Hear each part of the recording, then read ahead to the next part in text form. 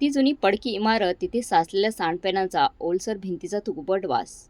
माझ्या जुन्या स्कूटीचं इंजन बंद करताच तो ओळखीचा उग्र वास माझ्या नाकात शिरला.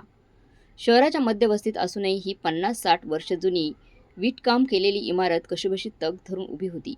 जणू काही आत राहणाऱ्या हळूहळू खंगत चाललेल्या म्हाताऱ्या रहिवाशांसारखी तिची अवस्था झाली होती. मी माझी लाल रंगाची ज्युपिटर स्कूटी कोपऱ्यात लावली, जिथे जमिनीवर ऑइलचे डाग पडले होते. तीच जागा गेली 5 वर्ष माझ्या गाडीसाठी फिक्स होती.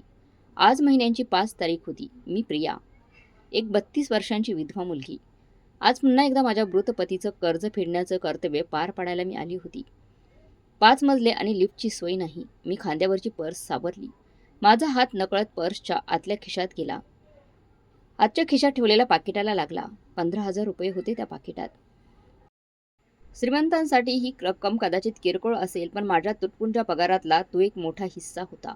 आर्यनच्या दुधाचा खर्च, त्याची शाळेची फी, त्याचे ट्युशन क्लासेस, या सगळ्या गरजा भागवून उरलेली ही रक्कम.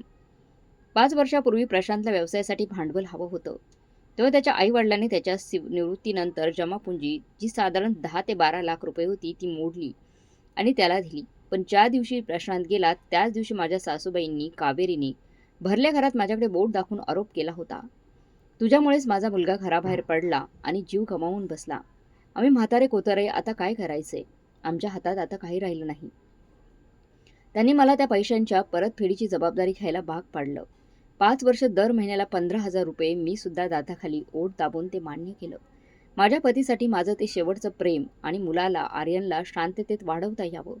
कोणतीही गडबड नको म्हणून केलेली तडजोड होती ती 15,000 रुपयांची, जे कर्ज मी फेडत होती. जिन्यावरून वर जाताना तो तो भाग एखाद्या खोल अंधाऱ्या विहिरीसारखा वाटत होता. खिडकीच्या मळकट काचांमधून सूर्याची एखादीच किरण आत येत होती. माझ्या पायांचा आवाज त्या शांत जिन्यात घुमत होता. टप टप टप. प्रत्येक पाऊल मला मनमनाचं ओझं असल्यासारखं जड वाटत होतं. पहिल्या मजल्यावर देशपांड्यांच्या घरात टीव्हीचा मोठा आवाज सुरू होता. दुसऱ्या मजल्यावर कुणाच्या तरी घरात फोडणी करपल्याचा ठसका लागत होता. तिसऱ्या मजल्यावर एक तरुण जोडपं वाढत्या लाईट बिलावरून मोठमोठ्याने भांडत होते. पण जेव्हा मी 4थ्या मजल्यावर पोहोचले तेव्हा शांतता पसरली होती. आणि 5व्या मजल्यावर, जिथे माझे सासू-सासरे राहत होते, तिथे तर स्मशान शांतता होती, एक अस्वस्थ करणारी गूढ शांतता. 5व्या मजल्याच्या पायरीवर मी थांबले. घामाने डबडबलेला कपाळ पुसला. छातीत धडधड होत होती. केवळ 5 मजले चढल्यामुळे नाही, तर त्या लोखंडी जाळीच्या दारासमोर उभं राहिल्यावर जी मला भीती वाटायची त्यामुळे. फ्लॅट नंबर 504, माझ्या सासू-सासऱ्यांचं घर. मी दरवाजावर 3 वेळा ठराविक पद्धतीने टकटक केली आणि आत शांतता होती तरीही. पण मला माहीत होतं की ते घरातच आहेत. ते कधीच कुठे बाहेर जात नसत. सासरे माधवराव यांना गुडघेदुखीचा त्रास होता आणि सासूबाई कावेरी सतत डोकेदुखी आणि चक्कर येत असल्याची तक्रार करायच्या. 600 स्क्वेअर फुटाच्या त्या घरात ते दोघे सावलीसारखे वावरत असत. खिडक्यांचे पडदे कायम ओढलेले आणि दरवाजा दिवस रात्र कुलूप लावून बंद. मी पुन्हा टकटक केली, यावेळी थोड्या जोरात. आई बाबा, मी प्रिया आलीये. जवळपास 1 मिनिटभर आतून काहीच हालचाल झाली नाही. मग स्लीपर्स फरफरल्याचा आवाज आला. कडे उघडण्याचा तो करकचणारा आवाज एखाद्या म्हाताऱ्या माणसाच्या हाडाच्या आवाजासारखा रुक्ष वाटला. दार अगदी थोडं उघडलं गेलं. सुरकुतलेला आणि रागीट चेहरा फटीतून बाहेर डोकावला. कावेरी सासूबाई होत्या. त्या वयाच्या 60त होत्या, पण त्याहून कितीतरी जास्त म्हाताऱ्या दिसत होत्या. डोळ्याखाली काळी वर्तुळं आणि खोल गेलेले डोळे संशयाने इकडे तिकडे पाहत होते. जणू काही कुणी त्यांचा जीव चोरूनच नेईल याची भीती त्यांना होती, त्यांच्या चेहऱ्यावर वाटत होती. त्यांनी दरवाजा पूर्णपणे उघडला नाही. साखळी तशीच लावून ठेवली होती. जणू काही त्यांच्या आणि माझ्या जगात त्यांनी मुद्दाम एक भिंत उभी केली होती. तू आहेस का? त्यांच्या आवाजात ना मायाचा ओलावा होता, ना आपुलकी. कोरडा आणि रुक्ष आवाज. हो, नमस्कार आई. या महिन्याचे पैसे आणलेत. मी चेहऱ्यावर हसू आणण्याचा प्रयत्न केला, पण माझे स्नायू ताणले गेल्यासारखे वाटत होते. हां, दे इकडे, त्या तुसड्यापणाने म्हणाल्या. मी घाईघाईने पर्स उघडली आणि तयार असलेलं पाकीट बाहेर काढलं. त्या अरुंद फटीतून मी दोन्ही हातांनी ते पाकीट नम्रपणे त्यांच्या पुढे केलं. हे घ्या, या महिन्याचे 15,000, तुमची औषधं आणि बाकी खर्चासाठी. कावेरीने त्यांना शिरा दिसणारा तो अस्थिर पंजर हात बाहेर काढला आणि एखाद्या गिधाडाने सावजावर धडप घालावी तसं ते पाकीट माझ्या हातातून हिसकावून घेतलं गेलं. पैसे न मोजता, आत न बघता त्यांनी ते थेट त्यांच्या गाऊनच्या खिशात कोंबलं. त्यांची ती सवय इतकी यांत्रिक झाली होती की मला आपण त्यांची सून नसून कुणीतरी कर्जदार आहोत असं वाटलं. आर्यन कसा आहे त्यांनी माझ्या डोळ्यात न बघता विचारला. त्यांची नजर माझ्या मागे जिन्याकडे होती. जणू कुणी वर येते का याचा अंदाज त्या घेत होत्या. तो मजेत आहे. सतत आजी आजोबांची आठवण काढत असतो. या रविवारी तुमची हरकत नसेल तर मी त्याला घेऊन येऊ का दिवसभर राहायला? आता कर्जही फिटत आले. मला वाटतं तुम्ही त्याला थोडं भेटायला हवं. हे ऐकताच कावेरीचा चेहरा कडू झाला. त्यांनी अस्वस्थपणे हात हलवला. नको नको. तुझ्या सासऱ्यांचे पाय खूप दुखतायत आणि माझंही डोकं ठिकाणावर नाहीये. लहान मुलगा घरात असला की दंगा करणार, गोंधळ घालणार. आम्हाला आता तो गोंधळ सहन होत नाही. आम्हाला बरं वाटलं की आम्हीच कळवू तुला. तेव्हा तू घेऊन ये त्याला. नेहमीचंच आणि ठरलेलं उत्तर. गेल्या 5 वर्षात आर्यन त्या घरात हाताच्या बोटावर मोजण्या इतपतच गेला असेल आणि प्रत्येक वेळी 15 मिनिटं झाली की काहीतरी कारण सांगून ते आम्हाला बाहेर काढायचे. ठीक आहे चालेल. मी गळ्याशी आलेला हुंदका आवरत मान खाली घालून म्हटलं. बरं निघ आता. उगीच इथे दारात उभी राहून थंडीने सर्दी होईल तुला इथे. मग ते अजून नको. असं म्हणत सासूबाईंनी जोरात दार लावून घेतलं. खटक कडी लावल्याचा तो आवाज कानात घुमला. मी तिथेच त्या थंड लोखंडी दाराकडे पाहत उभी राहिली. ना आत येण्याचं आमंत्रण ना पाण्याचा पेला. मी कानाला कान लावून दाराचा अंदाज घेण्याचा प्रयत्न केला. सासऱ्यांचा आवाज येतोय का किंवा निदान टीव्हीचा तरी आवाज, एखाद्या माणसाळलेल्या घरातून येणारे नेहमीचे आवाज. पण छे, आज स्मशान शांतता होती. एखाद्या मोठ्या थडक्यात असावी तशी भयानक शांतता, जी जिवंतपणाची प्रत्येक खूण गिळून टाकत होती. जिन्यातून येणाऱ्या वाऱ्याच्या झुळकीने माझ्या पाठीत शिरशिरी भरली. मी जॅकेटची कॉलर वर ओढली आणि खाली उतरण्यासाठी मागे वळली. मन खूप जड झालं होतं. प्रशांत, तू निघून गेलास रे आणि कर्जाचं ओझं माझ्या गळ्यात अडकवलंस. मी ते निमूटपणे फेडते रे. पण तुझ्या आई वडील तुझ्या मुलाशी आणि माझ्याशी इतके निष्ठुर का वागतायत? हाच प्रश्न घेऊन मी त्या अंधाऱ्या जिन्यातून खाली उतरत होते. पण मला कल्पनाही नव्हती की ज्या क्षणी मी मागे वळाले होते तेव्हा खिडकीच्या पडद्याच्या फटीतून 2 डोळे माझ्यावर रोखलेले होते. ती एखाद्या म्हाताऱ्या आणि हतबल माणसाची नजर होती, तर ती एक अतिशय तीक्ष्ण आणि धूर्त नजर होती. मी खाली सोसायटीच्या आवारात आली तेव्हा एखाद्या ऑक्सिजन नसलेल्या तळघरातून बाहेर आल्यासारखं मोकळं वाटलं. दुपारची वेळ होती. झाडांच्या फांद्यांमधून पिवळसर ऊन खाली पडलं होतं. 5व्या मजल्यावर त्या गूढ शांततेच्या अगदी विरुद्ध वातावरण खाली होतं. काही मुलं क्रिकेट खेळत आरडाओरडा करत होती. सिमेंटच्या बाकावर बसून काही बायका मेथीची भाजी निवडत गप्पांच्या भरात रंगल्या होत्या. मी माझ्या स्कूटीकडे जात होती. आता आर्यनला शाळेतून आणायचं होतं. तेवढ्यात एक सुरकुतलेला पण ताकदवान हाताने माझे मनगट पकडलं. ए पोरी प्रिया, तूच आहेस ना ग? मी दचकून मागे वळाले. त्या जोशी काकू होत्या. एकेकाळी त्या सोसायटीच्या कमिटीमध्ये सेक्रेटरी होत्या. आता रिटायर्ड झाल्या होत्या. पण त्यांचा तो करारी बाणा आणि सगळ्यांच्या घरात काय चाललंय हे जाणून घेण्याची सवय अजूनही तशीच होती. एका दगडी बाकावर बसून पुठ्ठ्याने वारा घेत त्या माझ्याकडे डोळे बारीक करून बघत होत्या. हो काकू नमस्कार. काय म्हणताय? हवा खायला बसलाय का? मी नम्रपणे विचारलं. पण जोशी काकूंनी माझ्या प्रश्नाकडे सरळ दुर्लक्ष केलं. त्यांनी मला हाताला धरून बाकावर शेजारी बसवलं आणि इकडे तिकडे पाहिलं. जणू कोणी त्यांचं बोलणं ऐकेल याची त्यांना भीती वाटत होती. मग त्या माझ्या कानाजवळ झुकल्या आणि अतिशय गूढ आवाजात कुजबुजल्या. वर त्या दोघांना पैसे देऊन आलीस काय ग पुन्हा? आमच्या घरातील ही खाजगी गोष्ट त्यांना कशी माहीत याचं मला नवल वाटलं. पण मी होकाराला ती मान डोलावली. हो, आज 5 तारीख ना, पैसे देण्याचा दिवस. जोशी काकूंनी जीभ टाळायला लावून चूक चूक असा आवाज केला आणि मान हलवली. त्यांच्या चेहऱ्यावर एकाच वेळी दया आणि भीतीचे भाव होते. त्यांनी आवाज अजूनच खाली आणला. बिचारी लेकरवाशीन आहेस, राबतेस आणि ज्यांची लायकी नाही त्यांचा सांभाळ करतेस. माझं नीट ऐक. पुढच्या महिन्यात त्यांना 1 फुटकी दमडी सुद्धा देऊ नकोस. त्यांचं बोलणं न समजून मी कपाळावर आठ्या घातल्या. जोशी काकू म्हणजे सोसायटीत खबरपत्र होत्या हे खरं, पण त्या वाईट नक्कीच नव्हत्या. कोणाचं कर्ज बुडावं किंवा वाईट वागावं असा सल्ला त्या देणाऱ्यातल्या नव्हत्या. काकू असं का बोलताय? आता शेवटचे काही महिनेच राहिलेत. प्रशांतने परदेशात नोकरीला जाण्यासाठी जे 10-12 लाख रुपये घेतले होते ते मला फेडायलाच हवेत. ती माझी जबाबदारी आहे. त्यांनी माझा हात घट्ट दाबला. त्यांचे डोळे विस्परले होते आणि आवाजात एक थरकाप होता. तरी त्या प्रत्येक शब्द ठासून बोलल्या. अगं, लोक म्हणतात जी माणसं मेली आहेत असं आपल्याला वाटतं, ती कधी कधी मेलेली नसतातच. माझ्या पाठीचा कणा शहारला. अंगावर काटा उभा राहिला. भर दुपारी कोणीतरी परलोकातून थंड हवा सोडावी तसे जोशी काकूंचे शब्द मला लागले. हे काय बोलताय तुम्ही? प्रशांतला जाऊन 5 वर्ष झाली. आपल्याकडे मृत्यूचा दाखला आहे. आपण त्याच्या अस्थी आणल्या होत्या. त्यांनी हाताच्या इशाऱ्याने मला गप्प केलं. अगं, मी तर भूताखेताबद्दल नाही बोलत आहे. मी हाडामासाच्या जिवंत माणसाबद्दल बोलतीये. कधी लक्ष गेलं आहे का तुझं? दिवसा त्या घर एखाद्या चर्चसारखं शांत असतं. पण रात्री 1-2च्या सुमारास तिथून आवाज येतात. परवा मला झोप येत नव्हती म्हणून मी गॅलरीत येऊन उभी राहिली. तेव्हा मला तेव्हा मी एका माणसाची सावली 5व्या मजल्याकडे जाताना पाहिली. त्याची चालण्याची ढब मला खूप ओळखीची वाटली गं, खूप ओळखीचा. माझ्या काळजाचा ठोका चुकला होता. हो, तो खांदा थोडा पाडून लंगडत चालतो तसाच ना? प्रशांतचा बाईक ॲक्सिडेंट झाला होता. त्यानंतर तो तसाच चालायचा. जोशी काकूंचे शब्द पूर्ण होण्याआधीच मी बोलून गेले. आणि सगळ्यात विचित्र गोष्ट काय आहे माहिती आहे? ज्या दिवशी तू पैसे द्यायला येतेस त्याच रात्री किंवा दुसऱ्या रात्री ती सावली तिथे दिसते. मी तिजल्यासारखी तिथेच बसून राहिले. डोकं सुन्न झालं. प्रशांतचा तिकडे परदेशात कामावर असताना अपघात झाला होता. कंपनीच्या माणसानेच कलश आणून दिला होता. काकू, तुमचा काहीतरी गैरसमज होतोय. आता वयोमानानुसार कदाचित तुम्हाला कमी दिसत असेल. मी स्वतःला आणि त्यांना पटवण्याचा केविलवाणा प्रयत्न केला. पण माझाच आवाज कापत होता. जोशी काकूंनी माझ्याकडे एक तीक्ष्ण कटाक्ष टाकला. मी म्हातारी झाली गं, पण साठीला नाही अजून. मी पाहिले त्याला. स्वतःच्या डोळ्यांनी त्याने डोळ्यांवर येईल अशी टोपी घातली होती आणि तोंडावर मास्क होता.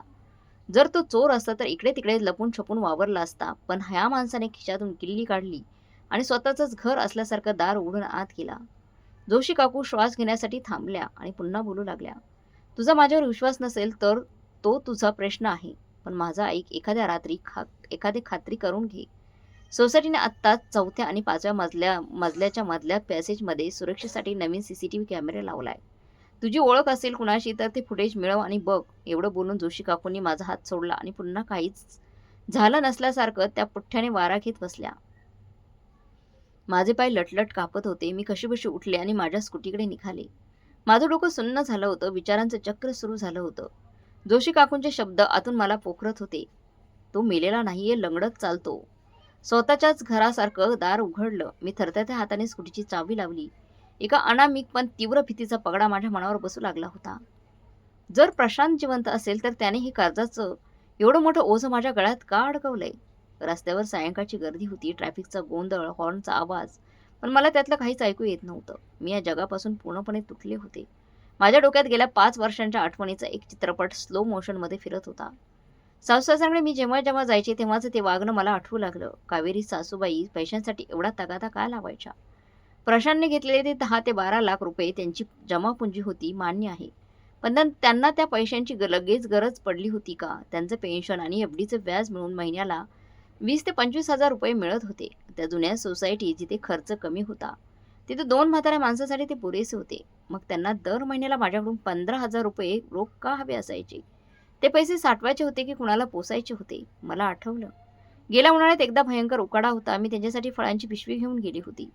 सासूबाईंनी दार उघडलं तेव्हा मी पाहिलं होतं खिडक्या, पडदे गच्च बंद होते. एसी तर नव्हताच, पण साधा वाराही येऊ नये असं त्यांनी का केलं असावं? 2 म्हातारी माणसं अशा उकाड्यात कशी राहू शकतात? की आत आणखी कुणीतरी होतं ज्याचं अस्तित्व त्यांना लपवायचं होतं? आई, मुलाच्या आवाजाने मी भानावर आली. मी आर्यनच्या शाळेच्या गेटवर पोचली होती. तो घामाघूम होऊन माझ्याच दिशेने धावत आला. मी त्याला घट्ट मिठी मारली, पण पोटात भीतीचा गोळा तसाच होता. आर्यनचे बाबा प्रशांत. ज्या दिवशी प्रशांतच्या मृत्यूची बातमी आली होती तेव्हा मला चक्कर आली होती. सासूबाई फक्त एवढंच रडत सांगत होत्या, तो कुटुंबाचं भविष्य सुधारायला गेला होता. आता तो गेल्यावर आमच्याकडे काहीच उरलं नाही. फक्त कर्ज उरलंय. तू त्याची बायको आहेस, तुलाच आता हे बघावं लागेल. माझ्या नातवासाठी त्याला त्याचे आजी आजोबा गमावे लागू नयेत म्हणून मी रात्रंदिवस राबून ओव्हर टाईम करून ते पैसे फेडत होते, 15,000 रुपये. पण जर जोशी काकूंचं म्हणणं खरं असेल तर या विचाराने माझं लक्ष विचलित झालं आणि समोरून येणाऱ्या रिक्षाला माझी गाडी धडकताना थोडक्यात वाचली. आई, काय झालं? तुला बरं नाहीये का? आर्यने घाबरून विचारलं. काही नाही रे बाळा, थोडा थकवा आलाय फक्त. घरी आल्यावर स्वयंपाक करून आर्यनला झोपवलं. मग मी लॅपटॉप उघडून बसले. स्क्रीनचा निळसर प्रकाश चेहऱ्यावर पडला होता, पण माझं लक्ष कशातच लागत नव्हतं. मी ड्रॉवर उघडला आणि माझी हिशोबाची डायरी काढली. एका पानावर लाल शाईने लिहिलं होतं, कर्ज सासूबाई एकूण 12 लाख. मी 58 हप्ते फेडले होते, फक्त 2 हप्ते बाकी होते. जर प्रशांत जिवंत असेल तर याचा अर्थ मी कर्ज फेडत नव्हते, तर माझी फसवणूक होत होती. मला तो लंगड्याचा तपशील आठवला. 2018 मध्ये बाईकवरून पडल्यामुळे प्रशांतचा डाव्या पायाचा खोटा फ्रॅक्चर झाला होता. त्यानंतर त्याला तसं लंगडत चालायची सवयच जडली होती. संशय आता ॲसिड सारखा माझा विश्वास जाळून टाकत होता. मला पुरावा हवा होता. मी फोन उचलला आणि कॉन्टॅक्ट लिस्टमध्ये एक नाव शोधलं, समीर. समीर माझा मावस भाऊ. IT मध्ये एक्सपर्ट होता. त्याला कॉम्प्युटरमधलं सगळं कळायचं. हॅलो समीर, काय करतोयस? मी रात्री उशिरा फोन लावला. प्रियाताई, अगं एवढ्या रात्री? सगळं ठीक आहे ना? समीर, तू बिझी आहेस का? मला एक मदत हवी होती. बोल ना ताई, काय झालंय? आवाज कावरा-बावरा वाटतोय. अरे तुला असं कुणी माहीत आहे का, जे CCTVचं काम बघतात? माझ्या सासूबाईंच्या बिल्डिंगमध्ये पलीकडून. थोडा वेळ शांतता होती. ती जुनी इमारत ना पेठेतली? हो, तिथे कॅमेरा बसवणारी एजन्सी माझ्या मित्राचीच आहे. का गं? चोरी वगैरे झाली का तिथे? हो, तसंच काहीतरी. माझं पाकीट जिन्यात पडलंय असं वाटतंय. मला 4थ्या आणि 5व्या मजल्याच्या मधल्या जिन्यावरचं वरच्या कॅमेऱ्याचं रेकॉर्डिंग मिळेल का? गेल्या 3 महिन्यांचं हवं आहे. ठीक आहे, मी उद्या सकाळीच विचारतो आणि तुला सांगतो. प्लीज समीर, खूप महत्त्वाचं आहे. फोन लावला तेव्हा माझे हात घामाने ओले झाले होते. बाणातून तीर सुटला होता. सत्याचा शोध सुरू झाला होता. दुसऱ्या दिवशी दुपारी एका छोट्या कॉफी शॉपमध्ये मी समीरला भेटली. तो वेळेवर आला होता. त्याने बॅगेतून लॅपटॉप काढला. ताई, काय झालंय तुला? चेहरा एकदम उतरलेला दिसतोय. काय झालंय? तो काळजीने म्हणाला. मी हसण्याचा प्रयत्न केला. काही नाही रे, मिळालं का काही? समीरने होकार दिला. तुझं नशीब चांगलं आहे. त्यांचं सगळं रेकॉर्डिंग क्लाउडवर सेव्ह होतं. मित्राने ॲक्सेस दिलाय. कधी हरवलंय पाकीट? खरं तारीख सांग. गेल्या महिन्याच्या 6 तारीख बघ बरं. रात्री 1 ते 3 च्या दरम्यान. समीरने शांतपणे टायपिंग केलं. हे बघ, सापडलं. 6 तारखेचे फुटेज हे बघ. त्याने लॅपटॉपची स्क्रीन माझ्याकडे फिरवली. फुटेज ब्लॅक अँड व्हाईट होतं आणि थोडं अस्पष्ट होतं. कॅमेऱ्याचा अँगल 4थ्या मजल्यावरून 5व्या मजल्याकडे जाणाऱ्या जिन्यावर होतं. पॅसेज रिकामा होता. घड्याळात रात्रीचे 1:45 आणि 20 सेकंद झाले होते. त्यावेळी जिन्यावरून एक सावली वर येताना दिसली. माझं हृदयच थांबल्यासारखं झालं. त्या माणसाने एक सैलसर जॅकेट घातलं होतं. डोक्यावर टोपी एवढी खाली ओढली होती की अर्धा चेहरा झाकलेला होता. तोंडावर मास्क होता. समीर, थांब, तो व्हिडिओ स्लो मोशनमध्ये कर. माझा आवाज मलाच बारका वाटत होता. समीरनं बटन दाबलं. तो माणूस पायऱ्या चढत होता. आधी उजवा पाय, मग डावा पाय, थोडा फरफटल्यासारखा ओढत. जेव्हा तो डाव्या पायावर वजन टाकायचा तेव्हा त्याचा डावा खांदा थोडा झुकायचा. ती चाल मी कशी विसरू शकेन? मी हुंदका दाबण्यासाठी तोंडावर हात ठेवला. त्यात शंकाच नव्हती. तो प्रशांतच होता. मी डोळे विस्फारून स्क्रीनकडे बघत राहिले. तो माणूस 504 नंबरच्या दारापाशी पोहोचला. त्याने दार वाजवलं नाही. खिशात हात घालून चाव्यांचा जुडगा काढला. सराईतपणे योग्य चावी निवडली आणि कुलपात घातली. क्लिक. दार उघडलं. तो अतिशय सावधपणे आत शिरला आणि हळूच दार लावून घेतलं. तुला ओळखीचं वाटते का कोणी? समीरने काळजीने विचारलं. समीर, मागच्या महिन्याचं फुटेज लाव. समीरने तसं केलं. मागच्या महिन्याची 6 तारीख, 30 वेळ, तोच माणूस, तीच गुप्तता आणि तशाच सहजपणे दार उघडणं. मी गेल्या तसेच 3 ते 4 महिन्यांचे तिन्ही व्हिडिओ एकामागोमाग एक पाहिले. पॅटर्न बदलला नव्हता. ज्या दिवशी मी पैसे देऊन जायची त्याच्या दुसऱ्याच रात्री तो तिथे हजर व्हायचा. अचानक मला मळमळल्यासारखं झालं. मी 5 वर्ष कोणासाठी पैसे भरत होती? त्याच माणसासाठी जो तिथे लपून बसला होता, ज्याने आपल्या बायकोला आणि मुलाला एका खोट्या कर्जासाठी तडफडायला लावलं होतं. समीर, हे सगळं मला एका पेन ड्राईव्हमध्ये कॉपी करून दे आणि प्लीज ही गोष्ट आपल्या दोघांशिवाय तिसऱ्या कुणाला कळता कामा नये. समीरने माझ्या चेहऱ्यावरचं गांभीर्य ओळखलं. काळजी करू नको ताई, मी कुणालाच काही सांगणार नाही. मी तो पेन ड्राईव्ह हातात घट्ट पकडला. आकाश फाटलं असतं तर एवढा धक्का बसला नसता. मी दुकानातून बाहेर पडले. प्रशांत जिवंत होता आणि त्याने स्वतःच्या आईवडिलांसोबत मिळून हे नाटक रचलं होतं मला लुटण्यासाठी. घरी आल्यावर मी बेडरूमचं दार आतून लावून घेतलं आणि जमिनीवरच कोसळले. लॅपटॉपवर तोच व्हिडिओ पुन्हा पुन्हा पाहत होते. त्याने घातलेले ते जॅकेट त्याला परदेशात जाण्याआधी मी स्वतः घेऊन दिलं होतं. प्रशांत मेला नव्हता, मग त्याने स्वतःच्या मृत्यूचा बनाव का केला? कर्जाचं खोटं कारण सांगून मला पैसे भरायला का लावले? मला तो दिवस आठवला जेव्हा त्याच्या मृत्यूची बातमी आली होती. सासू-सासरे धाय मोगलून रडले होते, पण अंत्यविधी झाल्यावर लगेच त्यांनी त्या तथाकथित कर्जाचा विषय काढला होता. पोरी, प्रशांत या कुटुंबासाठी गेला. आत्ताच तर तो नाहीये. आम्ही म्हातारे झालो. आमचं उत्पन्न काहीच नाही. आम्ही त्याला दिलेले 12 लाख रुपये बुडालेच. आता बघू काय करायचं. त्यांनी माझ्या सहानुभूतीचा आणि जबाबदारीचा गैरफायदा घेतला. त्यांना माहीत होतं मी माझ्या सासू-सासऱ्यांना कधीच वाऱ्यावर सोडणार नाही आणि त्याचाच फायदा घेऊन त्यांनी मला गेली 5 वर्ष त्यांचे ATM मशीन बनवलं होतं. माझ्या दुःखाचं रूपांतर आता संतापात झालं होतं. एक अशी अशी आग जी हळूहळू भडकत होती. व्याजासकट आणि भेटवस्तू धरून जवळपास 14 ते 15 लाख रुपये. माझा घाम, माझे अश्रू मी पै साठवून माझ्या नवऱ्याच्या भूताला आणि त्याच्या 2 साथीदारांना पोसले होते अक्षरशः. भिंतीवर हार घातलेल्या प्रशांतच्या हसऱ्या फोटोकडे मी पाहिलं. मला तो फोटो फोडून टाकावासा वाटला, पण नाही. वस्तूंची तोडफोड करून काहीच साध्य होणार नव्हतं. मला शांत राहावं लागणार होतं. त्यांच्यापेक्षा हुशारीने वागावं लागणार होतं. "तू मेलेल्या माणसाचं नाटक खूप छान केलंस प्रशांत," मी पुटपुटले. "ठीक आहे, आता मला आणखी काही दिवस भोळ्या-भाबड्या पत्नीचं नाटक करू दे. पण यावेळी या नाटकाचे दिग्दर्शक मी स्वतः असेन." मी ड्रॉवर उघडून वही काढली आणि प्लॅन बनवायला सुरुवात केली. व्हिडिओमधल्या माणसाची ओळख नक्की करणं, जरी खात्री होतीच. सासू-सासऱ्यांची खरी आर्थिक परिस्थिती शोधणं, प्रशांत नक्की कुठे लपलाय हे शोधून काढणं. उद्यापासून शिकार सुरू होणार होती आणि मी माझ्याच मेलेल्या नवऱ्याची शिकार अक्षरशः करणार होती. दुसऱ्या दिवशी मी नेहमीसारखी उठली. आर्यनला नाश्ता दिला, गणवेश इस्त्री केला होता. त्याला शाळेत सोडलं आणि कामावर गेले. एका स्टिकी नोटवर मी पुन्हा आकडेमोड केली. मूळ कर्ज 12 लाख, महिन्याला 15,000 गुणिले 60 महिने म्हणजे 9 लाख रुपये होतात. पण सणवार, वाढदिवस, औषधं यांसाठी मी नेहमीच जास्तीचे पैसे दिले होते. 5 वर्षात मी त्यांना दिलेली रक्कम 14 लाखांच्या वर जात होती. या पैशात माझं आणि आर्यनचं आयुष्य किती बदललं असतं. पण मी ते सगळं 5व्या मजल्यावरच्या त्या न भरणाऱ्या खड्ड्यात ओतलं होतं. मी समीरला मेसेज केला, "समीर, माझ्या सासऱ्यांच्या बँक अकाउंटमध्ये काही संशयास्पद व्यवहार होतात का हे तपासता येईल का? मला संशय आहे की मी दिलेले पैसे ते जगण्यासाठी किंवा कर्ज फेडण्यासाठी वापरत नाहीत."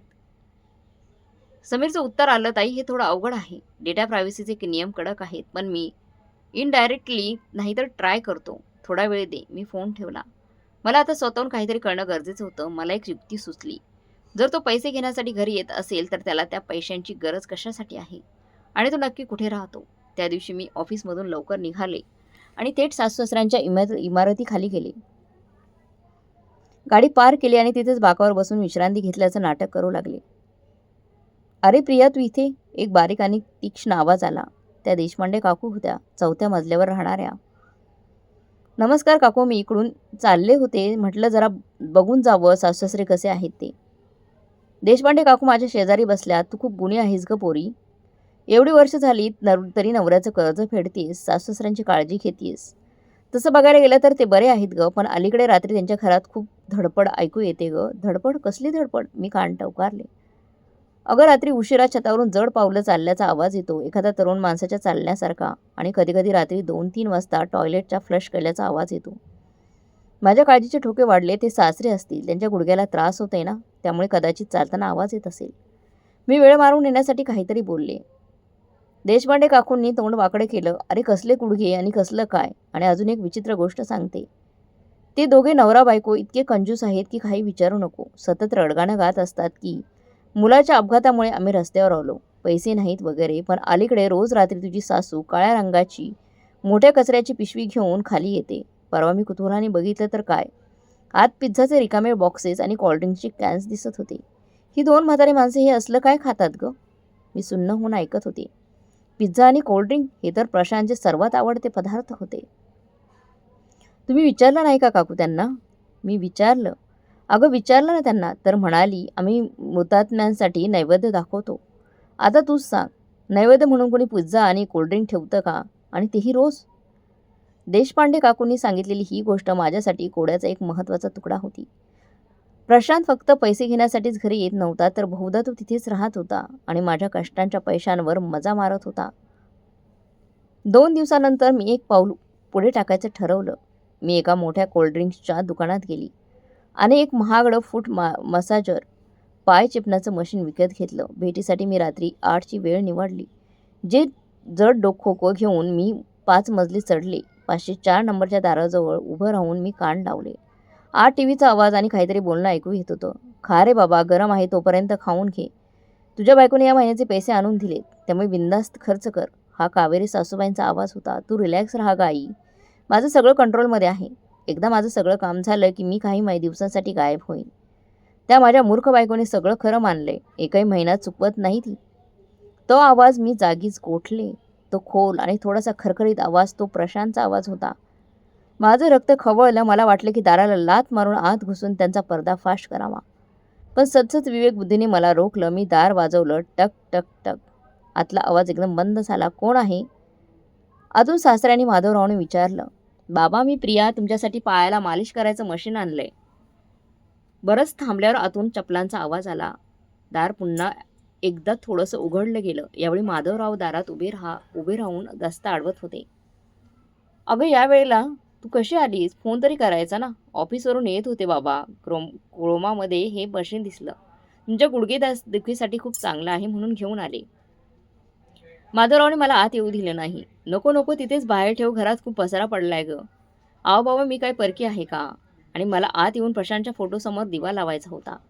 माधवरावांचा चेहरा पडला. काही काय बोलते? चल जा आता घरी, उशीर झालाय. तेवढ्यात आतल्या बेडरूममधून खोकल्याचा आवाज आला. पुरुषाचा कोरडा आणि छोटा खोकला. माधवराव दचकले. तुझ्या सासूला परत खोकल्याची उबळ आलीये, जा तू आता. त्यांनी माझ्या हातून ते खोकं हिसकावून घेतलं आणि तोंडावर दार लावून घेतलं. मी जिन्यात एकटीच उभी होते. तो खोकला सासूबाईंचा नक्कीच नव्हता. प्रशांत त्या घरात आहे यावर आता शिक्कामार्तब झालं होतं. दुसऱ्या दिवशी सकाळी मला समीरचा फोन आला. ताई, काहीतरी इंटरेस्टिंग सापडलंय, भेटूया का? मी लगेच त्याला भेटायला गेली.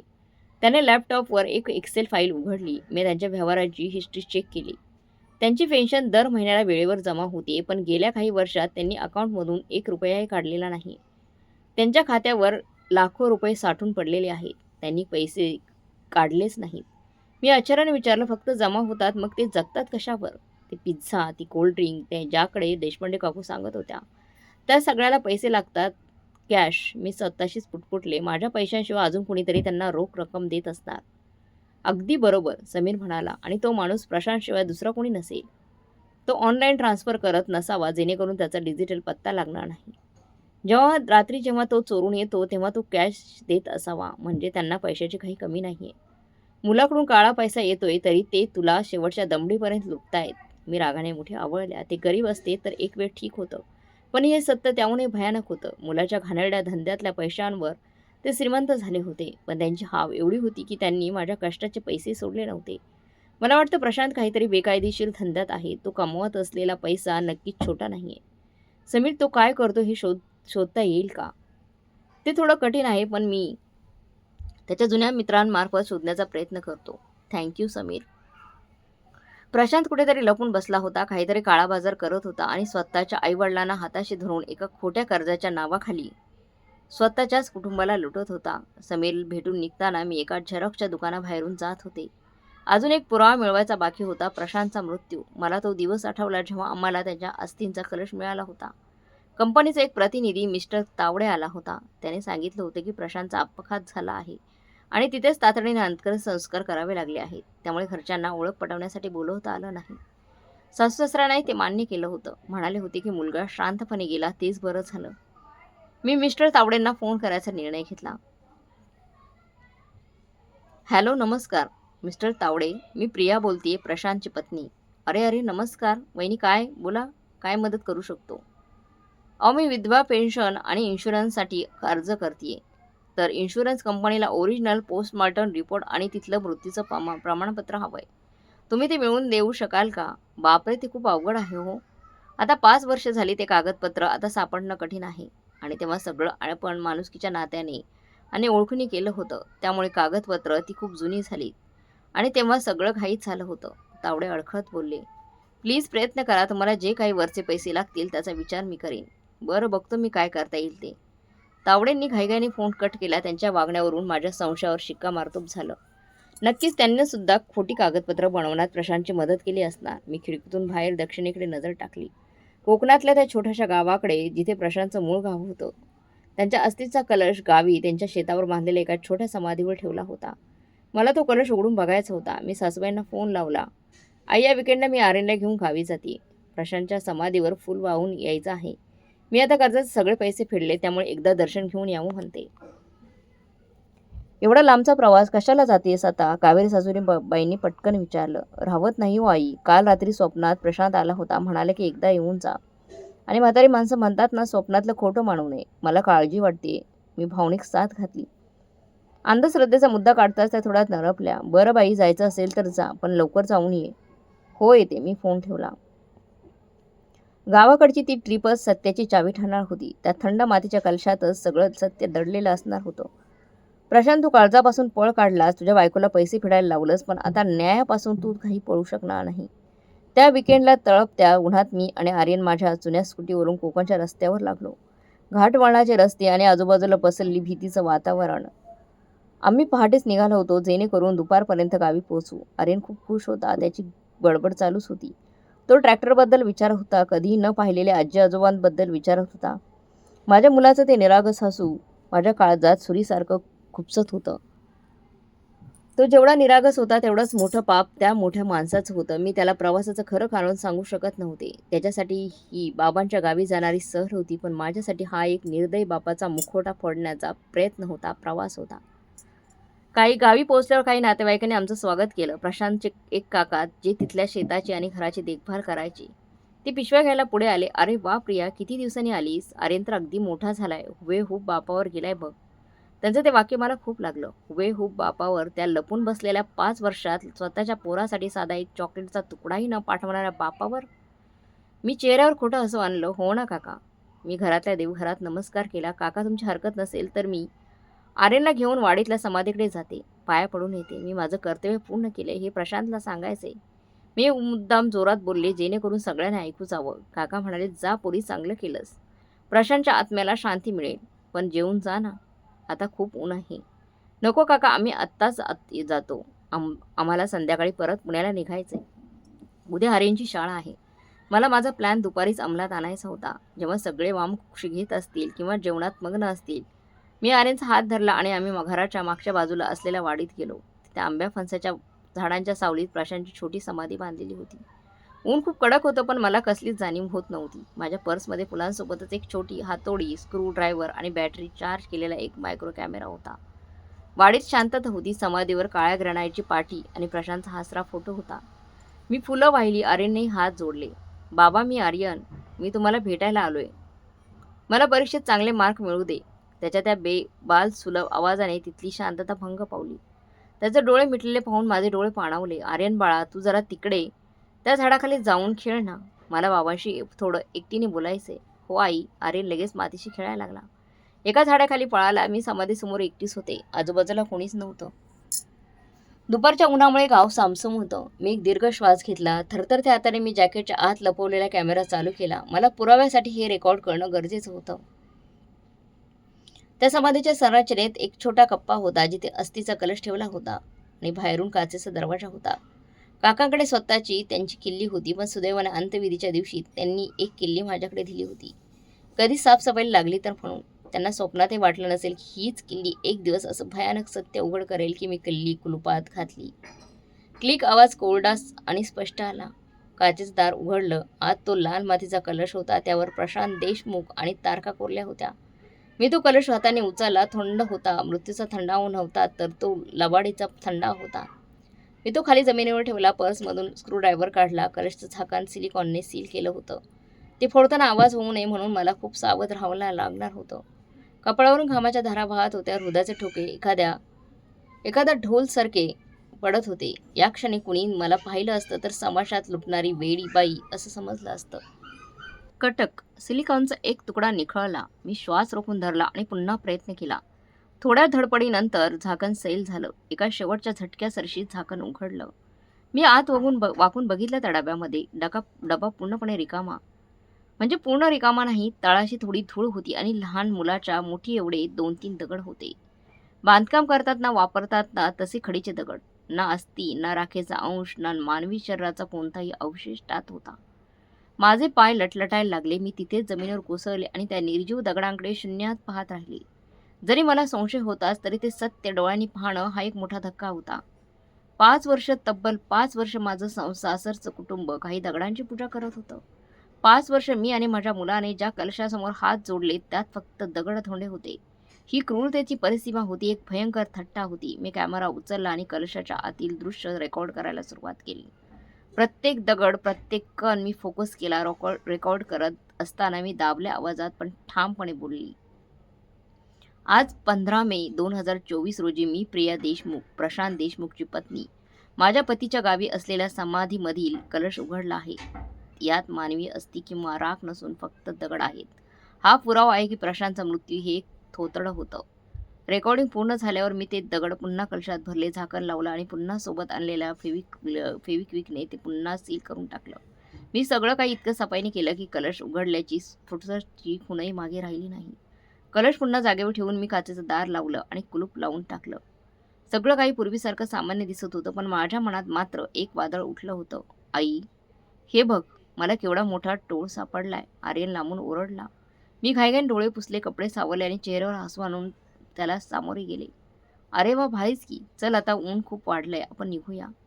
मी त्याचा हात धरला आणि आम्ही वाडीतून बाहेर पडलो. माझ्या पाठीमागे ती खोटी समाधी उभी होती, माझ्या पतीच्या आणि त्याच्या कुटुंबाच्या फसवणुकीचं स्मारक म्हणून.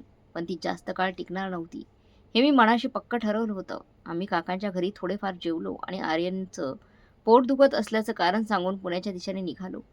वाटेत मी एका हायवेवर हॉटेलवर थांबले. आर्यनला हॉटेलच्या बाहेर असलेल्या घसरगुंडी आणि झोपाळ्यावर खेळायला सांगून मी हॉटेलच्या वायफायवर कनेक्ट झाले.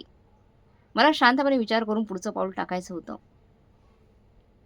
मी फेसबुक उघडलं आणि प्रशांतच्या जुन्या मित्रांची प्रोफाईल शोधू लागले. मला आठवलं की त्याचा एक ग्रुप होता ज्यांच्यासोबत तो नेहमी पार्टी करायचा. त्यातला त्याचा सर्वात जवळचा मित्र होता दीपक.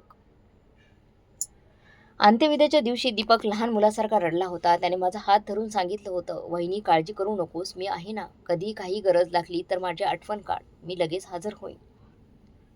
पण त्यानंतर तो गायबच झाला होता. मी त्याचं नाव सर्च केलं, त्याचं प्रोफाईल सापडलं. डीपीला एका मोठ्या बुलेटचा फोटो होता. मी त्याच्या टाईमलाईनवर गेले. तो सतत पब्स आणि हॉटेल्समध्ये फोटो टाकत असायचा.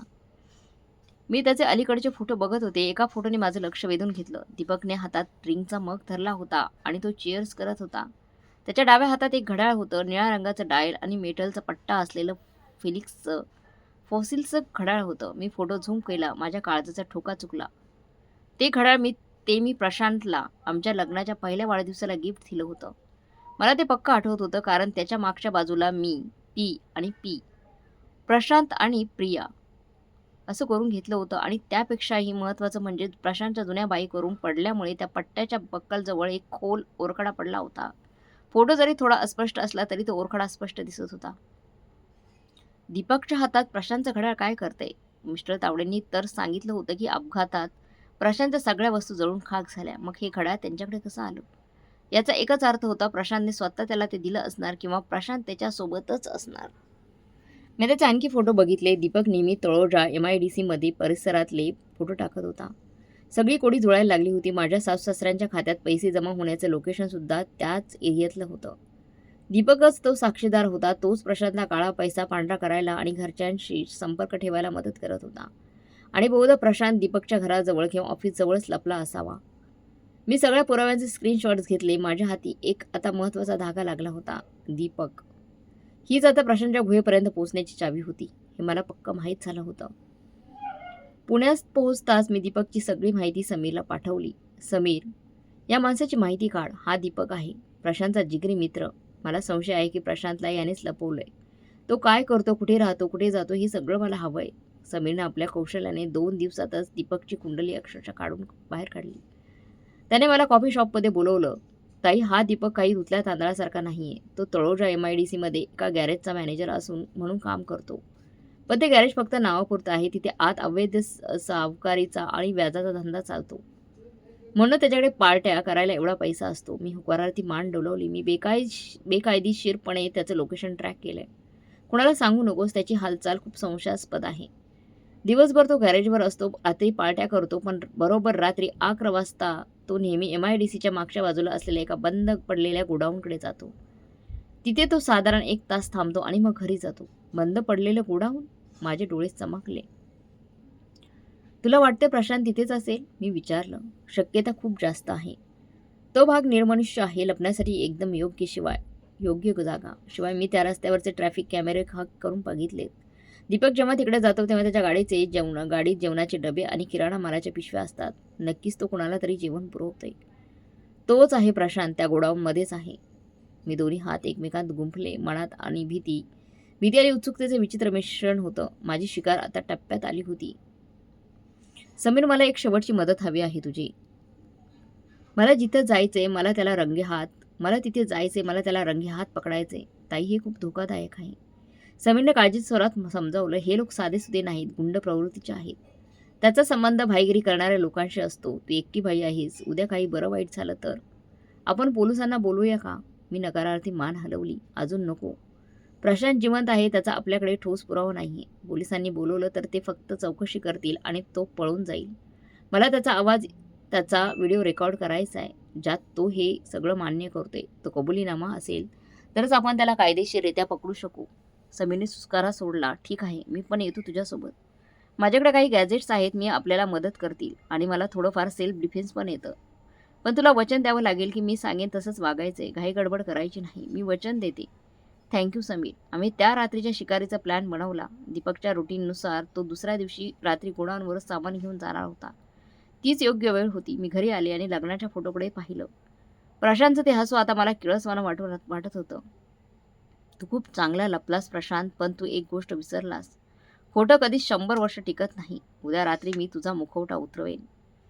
मी आर्यनला जवळ घेतला आणि त्याच्या कपाळाचा मुका घेतला. बाळा, काळजी करू नको. आई तुला न्याय मिळवून देणार आहे. आता आपल्याला त्या गद्दारासाठी पैसे भरायची गरज नाही. अंतिम लढाई आता सुरू होणार होती आणि मी त्याच लढाईसाठी पूर्णपणे तयार होते. दुसऱ्या दिवशी दुपारी मी आर्यनला आईकडे सोडून दिलं. मला आज रात्रभर ऑफिसमध्ये काम आहे असं खोटं सांगितलं. आईने काळजीने विचारलं, पण मी तिला आश्वस्त केलं. रात्री 8 वाजता समीर त्याच्या मित्राची एक जुनी गाडी घेऊन आला. आम्ही काळ्या रंगाचे कपडे घातले होते. डोक्यावर टोपी आणि मास्क होता. जणू काय आम्ही डिटेक्टिव्ह आहोत. हे घे. समीरने मला पेनासारखं काहीतरी एक उपकरण दिलं. हे हाय क्वालिटी व्हॉइस रेकॉर्डर आहे आणि हे GPS ट्रॅकर. हे तुझ्या खिशात ठेव. जर काही गडबड झाली तर माझ्याजवळ लोकेशन असेल. गाडी शहराबाहेर पडून हायवेला लागली.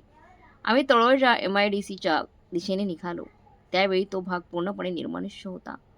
आम्ही एका जुन्या, बंद पडलेल्या गोडाऊनच्या भागात पोहोचलो, जिथे सगळीकडे रान माजलं होतं.